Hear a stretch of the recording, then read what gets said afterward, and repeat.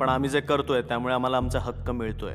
हक्काची भाषा एक तुम्ही मिनिट, काय करताय? एक नाही नाही पण एक नाही, मिनिट मला मी मला बोलतोय, बोलू दे ना एक पण. तुम्हाला भूषण वाटतंय तुम्ही जे करताय त्याचं? हे बघा, गुंडगिरी आणि दहशतीच्या जीवावर स्वतःला हवं ते मिळवणं आणि त्याची स्टाईल बनवणं, याला मुंबईच्या भाषेत भाईगिरी म्हणतात किंवा दादागिरी.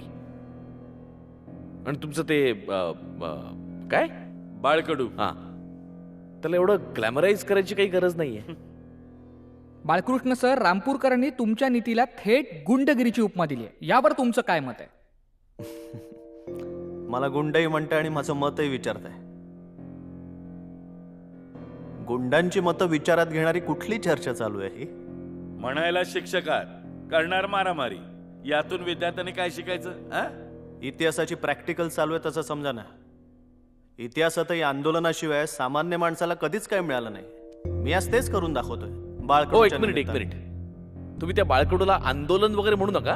हा, तो फक्त तुमचा एक आटापिटा आहे, लोकांसमोर हिरो म्हणून प्रेझेंट व्हायचा बस. नाहीतर काय? तसं समजावं तर तुम्हालाही संधी होतीच की हिरो बनण्याची,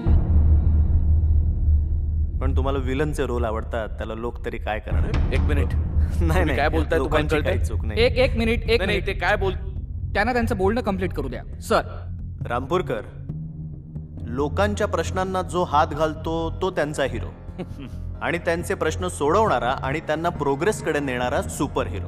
एक मिनिट, म्हणजे म्हणजे तुम्हाला असं म्हणायचं आहे की मारधाड करत, हाणामारी करत मराठी माणूस प्रोग्रेसकडे चाललाय. वा.